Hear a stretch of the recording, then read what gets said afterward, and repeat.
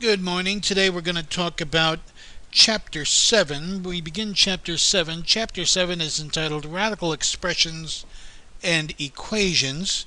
And in particular, Section 7.1. Today we're going to talk about, the formal title of it is Radical Expressions and Radical Functions. Alright, we've all heard the word radical before. Very simple radical expression here is the third root of 27. Oh, by the way, I like the word root rather than radical. Root is a far more descriptive and intuitively pleasing term, as we'll see in a few of these examples. Every root has an index. Index is the number in the crease of the root sign, as you probably know. There is a root or radical sign. I'll call it a root sign, and the stuff inside the radical sign is formally referred to as the radicand. Alright, we're all familiar with roots, at least at some level. When no index is specified, when you don't see any number floating in the crease of the root sign, we assume the index is 2, or the second, or sometimes called square root. Alright, let's run through some root expressions. The second root of 4, right? When there's no index specified, we assume an index of 2. So let me erase that. We'll assume no root means second root or square root. And of course, the square root of 4 is 2. Alright, consider why. Why is the square root of 4 equal to 2? Well, because, oh, by the way, this is the math symbol for because. If the triangle points down, it's because. If it points up, it's where. Therefore, the square root of 4 is 2 because 2 is the number I square to get 4. So, in some ways, it's the reverse, or some say inverse, of the squaring operation. Similarly, what's the square root of 9? The square root of 9 is 3 because 3 is the number I square to get 9. Let me do a little mapping analogy here. If I've got some value in the domain of a function, well, let's say 3, and I put 3 into the x squared machine, 3 comes out as 9 in the range. Well, we can see the word root is very descriptive here. What is the square root of 9? Well, I'm really asking what is the root of 9? Where does 9 come from under that squaring operation? And we call that the square root. Alright. So, let's go on. The square root of 100 is 10. And again, because 10 is the number I square to get 100. Now notice, couldn't I have said minus 10 is the square root of 10? Isn't that the square of minus 10 equal to 100? Yes, it is. So we've got to be a little more technical about the definition. We agree that square root means positive square root. In other words, that square roots can never be negative. All right, so we'll make that assumption. When we talk about square roots, we're talking about, well, formally it's the principal square root, or some books call it the positive square root of whatever number you're talking about. For example, the square root of 169 is 13. Again, because 13 squared is 169, and we assume all square roots are positive square roots. So there should be a because up here. Okay. Alright, let's do some harder things. How about negative square root 225? Now notice that negative sign is on the outside of the root operation. Well, we all know the square root of 225 is 15, so I'll tag along that negative sign after the root operation. So minus square root of 225 is negative 15. Contrast that with this example. What's the square root of minus 225? Well, I claim this is not real. Not a real number because there is no number that I can square to get negative 225. If I square a negative number, I'll get a positive. If I square a positive number, I'll get a positive. And there's no way to return a negative number under a squaring operation. Hence, we'll say we cannot take the square root of negative values. So, write that down. Can't take the square root of negative values. Okay, negatives. All right, try some more. Square root of 49 over 4. Well, what's the square root of 49/4? Now, of course, we don't run for the calculator. We think, hang on a minute. We don't run for the calculator. I think, well, what number can I square to get 49/4? Well, of course, 7 squared is 49, and 2 squared is 4, so I can say the square root of 49/4 is 7/2. And if I'm looking for a rationale, I'll say because 7/2 is the number we square to get 49/4. Alright, we've done some square roots of numbers. Let's take some square roots of variables.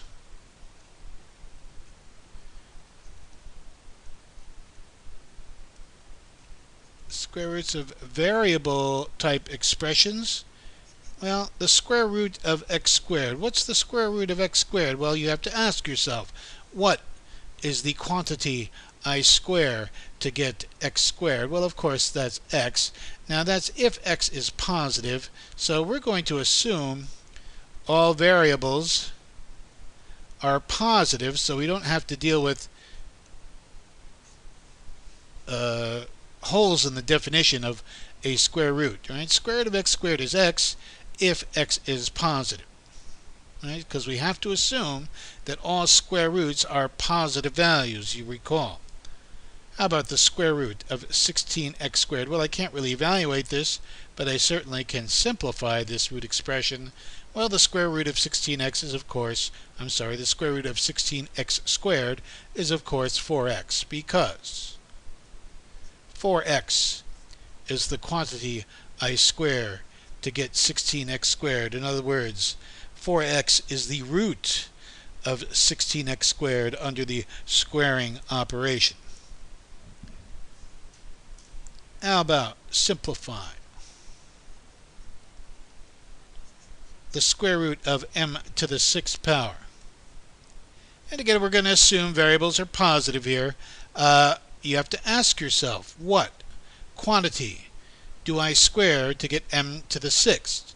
Well, I think if you're comfortable with rules for exponents, I think you'll agree that m cubed squared is m to the 6th. Hence, the square root of m to the 6th is m cubed. That's my simplified expression there. Again, simplify. Another root expression with some variables involved. The square root of 49 r to the 8th. And you got to be a little careful here. There's exponents in the Radicand are kind of growing here. Well, what value, what quantity, what expression do I raise to the 2nd power to get 49 r to the 8th? Well, I think you'll agree that 7 squared is 49, so I'm going to have a coefficient of 7 here. And I claim r to the 4th squared is r to the 8th. Everybody agree? So I'll say the square root of 49 r to the 8th is indeed 7 times r to the 4th power. Simplifying that root expression. Alright, we've done 10 or so examples of square roots, so let's talk about some higher index roots. Get a fresh screen here.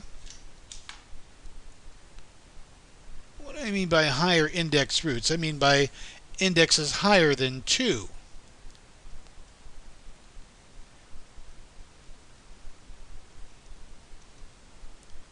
Alright, let's set out nice and easy. What's the third root of 8? Well, that's the root of 8 under the cubing or 3rd power operation. Again, we have to ask ourselves, what number do I raise to the third power to get 8? That quantity is the third root of 8. Well, of course, 2 cubed is 8. So I'll say the third root of 8, or the cube root of 8, is 2, because 2 to the third power is 8. More cube roots. The third root, or cube root, of 27 is 3. Again, because 3 cubed is 27. 3 is the root of 27 under the third power operation. The third root of 125 is 5. Again, because 5 to the third power is 125. How about the third root of negative 8? Well, we know the third root of 8 is 2. What's the third root of negative 8? Well, it's okay to have a negative value in your Radicand when your index is odd. Okay to have a negative Radicand if your index is odd.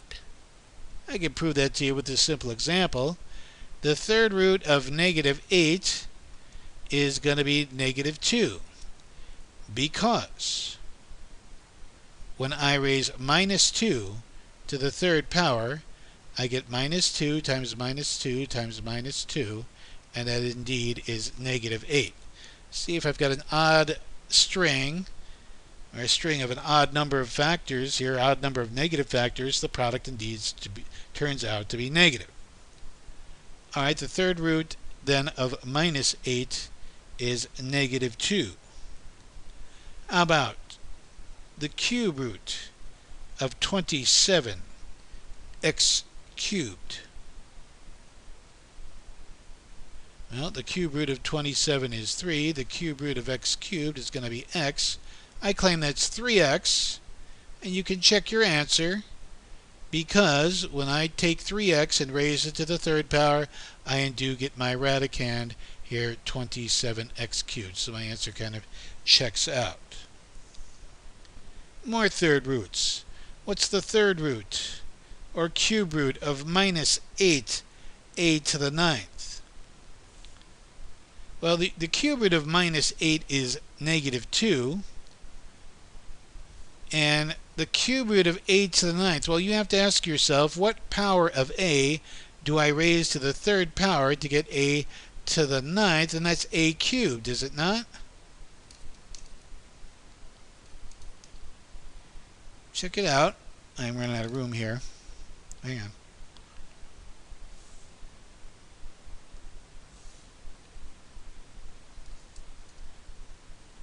Check it out. Minus 2a cubed. Well, minus 2 cubed is negative 8.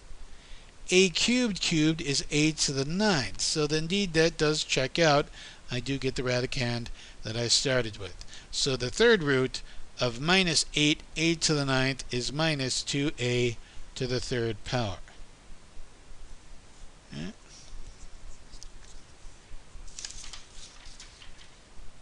How about the third root of minus 64? Don't write down not real, because this is okay. It's okay to have a negative Radicand when your index is odd, because minus 4 times minus 4 times minus 4 is indeed negative 64.